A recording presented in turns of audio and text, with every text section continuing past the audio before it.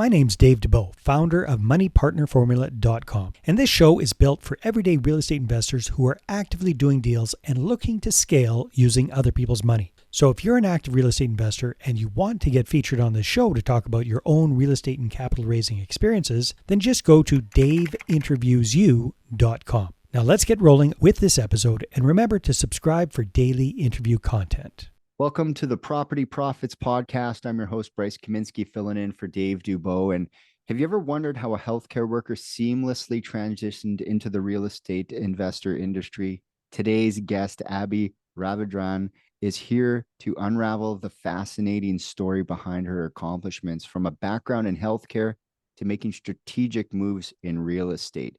Abee, welcome to the show. We're eager to explore your intriguing intersection between, healthcare workers and real estate. Healthcare workers don't have a lot of free time. How did you get that going? Thanks so much for having me, Bryce. No, you're absolutely right. We do work along long hours. It can be challenging, but I think the importance is, if you have a strong why, you've probably heard this in other places, of why you're doing this, and then you just do it. A lot of the times it's weekends, a lot of the times it's evenings, vacations. So those are the times that you kind of make it work. And my husband, unfortunately, he's not here today, but he's a realtor himself. So we kind of divide and conquer as much as we can. So it's teamwork as well. So let's rewind and go right back to the beginning. Why real estate? Usually it has something to do with like a Rich Dad, Poor Dad book or something like that. But how did you get started in real estate? What planted that seed to say, oh, I think real estate's what I should be doing? Yeah, so I mean, my dad always kind of invested in real estate a little bit growing up, but my focus for majority of my 20s and early 30s was, I was in medical school, then residency, so that was the focus. Once you come out of medical school or residency training, majority of doctors have a lot of student debt, which was including myself. And I read enough books, including Rich Dad, Poor Dad, and there's some other physician resources where, like, either I can work really, really hard and try to pay off my student debt in 5 to 10 years, but at the end of it, all I have is I've paid off my debt. Or I can be savvy with my money and buy assets and pay off my loans in them as well, and build wealth and pay off at the same time, right? So my goal was, yes, pay off my student loans as soon as possible, but build wealth and assets in the meantime as well. And real estate was a good avenue for that. Yeah, because I never really thought about it that way. It's like either you attack your debt head on, 100K or whatever it is, but that debt will continue. You can pay it back later. Take the money, double down the income, because you're stepping into not like a 40K a year job. You're stepping into a very financeable job. So you can attack real estate on a big way, get the assets to pay your large lawyer, dentist, doctor, training that you had to pay for to reach that position. So how long into your healthcare career did you decide to start pairing it with real estate? Yeah, so I mean, I finished residency around 2019, and I signed up for a pre-construction that same year that I graduated. So right away. Yeah, so 2019, I live in Mississauga, so we've signed up for a condo in Mississauga. We got occupancy around 2020, closed in 2021. Luckily, since we bought in 2019, because prices had gone up, I think we bought it around 500 something, but it had gone up to 800 something. So in 2020, we refinanced it and got a HELOC for that. And that's what we've been able to use to buy our next asset from that. So it was that initial investment that we paid towards a condo. So how much equity do you have in your real estate right now? In equity, well, in terms of, well, there's two properties now, right? So the first one, condo, I think it was like 578, and then we refinanced it for around 190. Above that. Yeah, so it's difficult because at one point the condo was worth like 850, but now we don't even know where. It might be 700 now or 750 or something. Like, it's definitely slumped a little bit, but you took the refi money. Yes, You got the money out. So like what it's worth today, it's a buy and hold. So it's exactly. it's what it is. So then you Yeah. rolled it into this new one. And how Yes. much equity is this new one, or is it the same deal? It's kind of come down a bit since you bought it. So we bought this just this year. We're doing a duplex conversion. So we bought a Okay. single family home, and we're doing a duplex conversion. It's almost done. Our bottleneck has really been Hydro One. I don't know if anyone Like else is two investing. services, getting the services split and stuff. Yeah. Yeah, because we wanted Hydro takes forever. it, and yeah, my contractor put in the request like the day we close, and we just probably will have our appointment in the next 1 to 2 weeks. So we will then be done our duplex conversion, and we'll get tenants in for that. So we're gonna start refinancing once we have leases in and tenants in. Mm-hmm. Well, the pro tip that I learned from another guy who did conversions and stuff like that is that hydro gives the attention. So future pacing, the next one you do, because you're going to probably do more if it goes well. Call hydro every single day. They'll get so tired of you that you'll get that appointment before you think, because it's when you let it just be, Yeah. and they'll show up whenever they want. So the pro tip I've heard and done myself is just call them all the time until they're like, fine, I'm coming. So you're gonna lease this thing out, Mhm. and then how much, what are the numbers looking like now that you're approaching the finish line on this thing?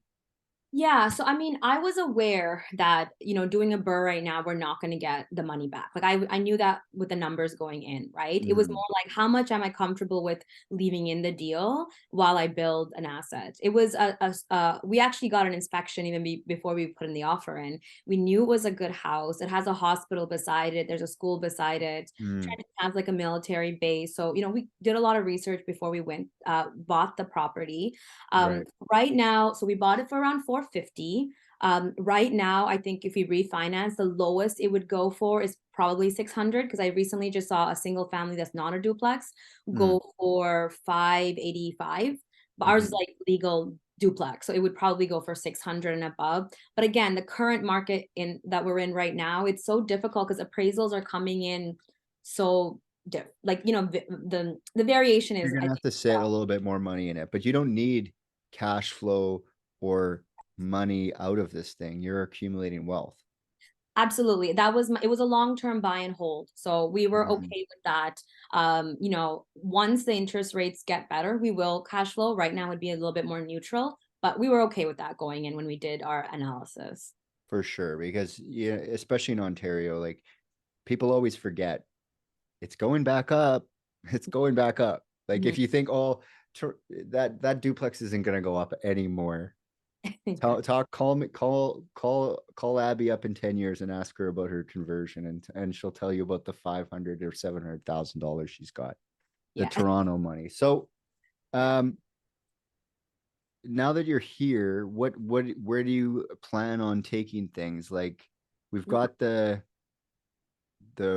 duplex conversion underway.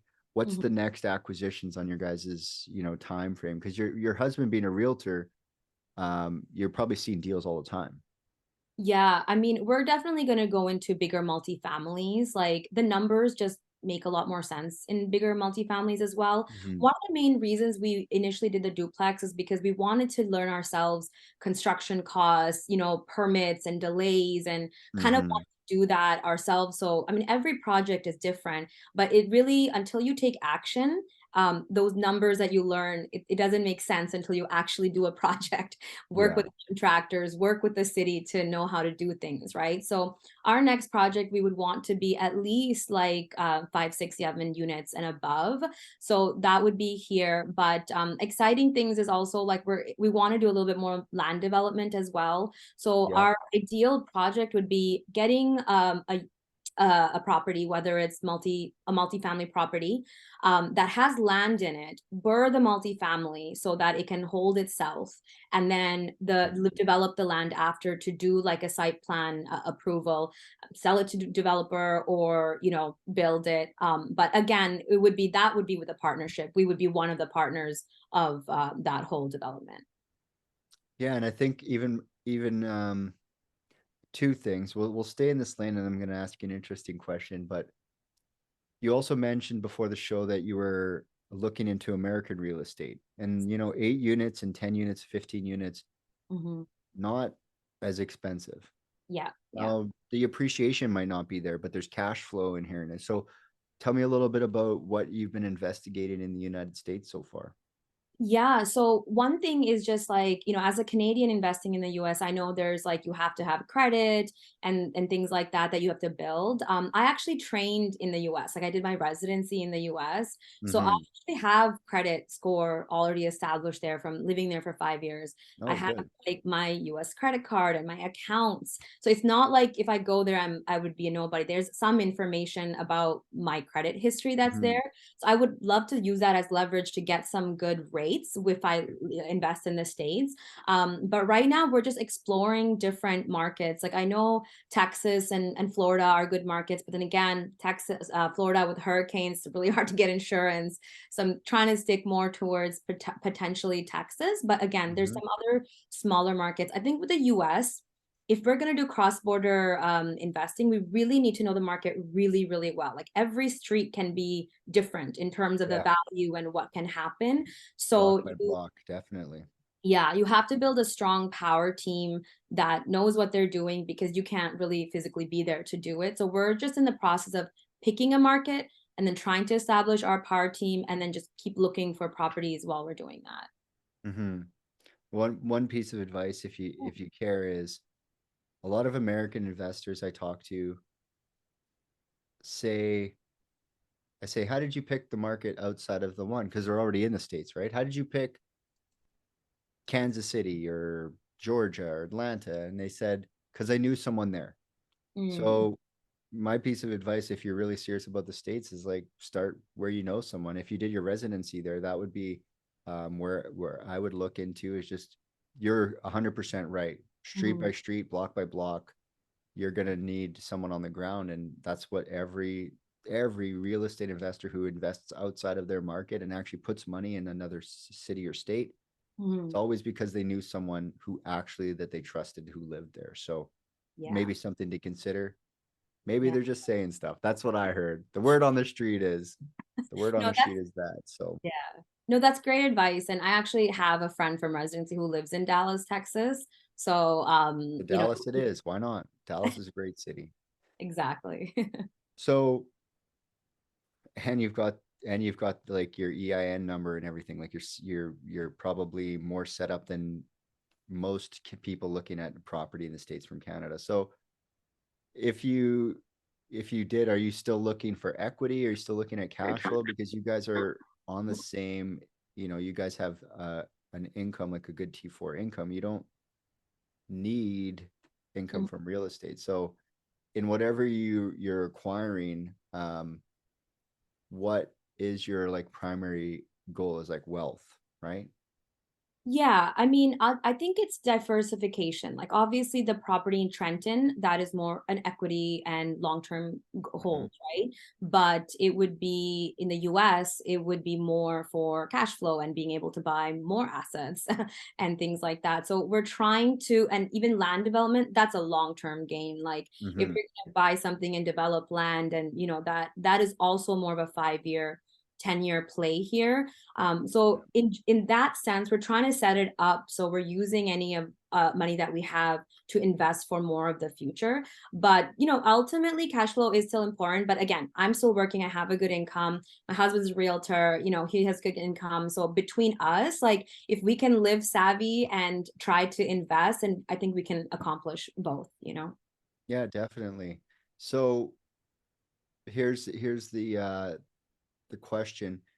When it comes to real estate investing, what would you say is your secret sauce? Like, what is it that comes easy to you guys that other people might find difficult?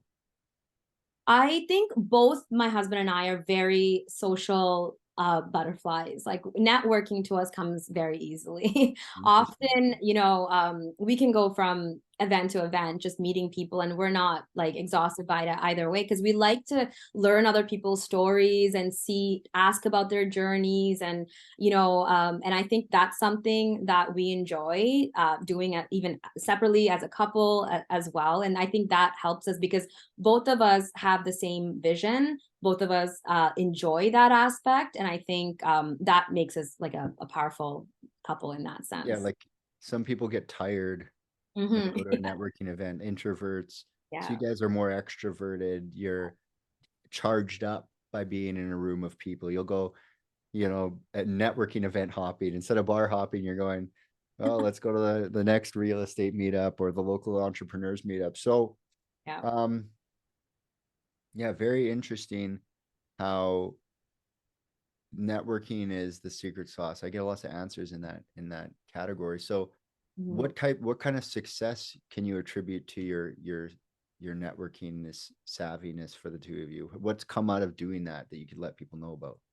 Yeah, absolutely. I mean, one of the land development deals that we potentially are going to work on, it's my husband and I are part of a group called Wealth Genius, and Mm-hmm. then we knew a member there, and we were at a different event, and we had just connected.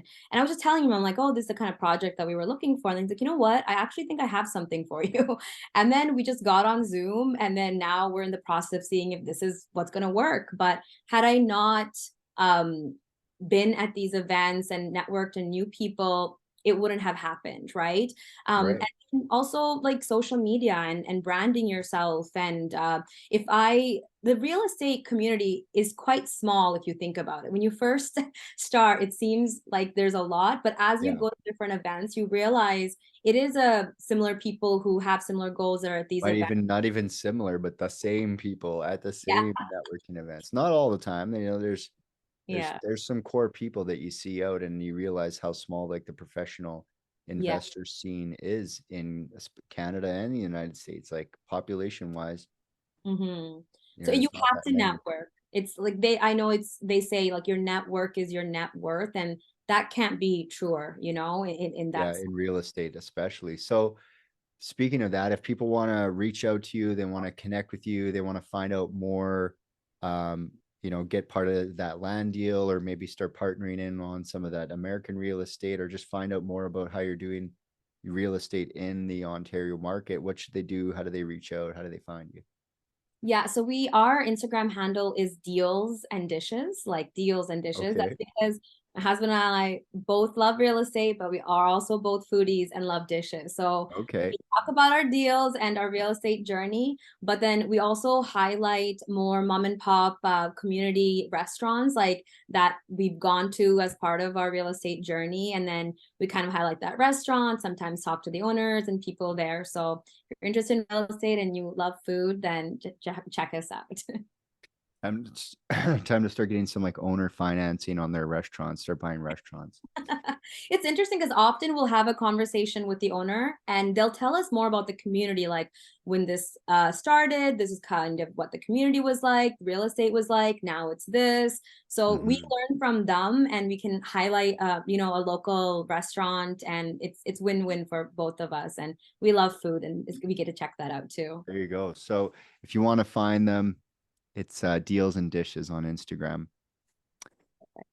I think people at home are really gonna appreciate the story because we touched on something really interesting today, is that real estate, some people want it for income, some people want it for wealth. And when you have an income that you're not too worried about like supporting, you can actually make moves in this environment because there are deals.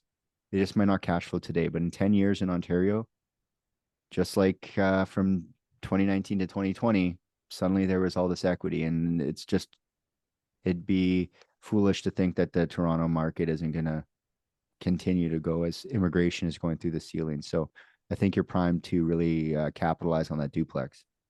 Yeah, I'm excited for when it's finally done and I can get There some you good go. tenants Get in. some tenants in there. Okay, well, yeah, time flies when we're having fun, and we'll catch you guys on the next episode. Really appreciate your time. Thanks so much, Bryce. Take care. Bye. Hey there, I really hope you enjoyed that episode. And as always, if you want to listen to more daily interview content, make sure you subscribe. And if you're an active real estate investor and you're doing deals and you'd like to get featured on this show, then just head over to daveinterviewyou.com. Now at moneypartnerformula.com, we help real estate investors to create a process for predictably getting capital so they can do more deals without relying on hard money lenders or the banks. We do this by building them a private capital marketing system. Now, if you want help turning yourself into a big money capital attraction machine, then book a call with our team to see how we can help. Just visit moneypartnerformula.com to find out more. All right, take care, and we'll see you on the next interview.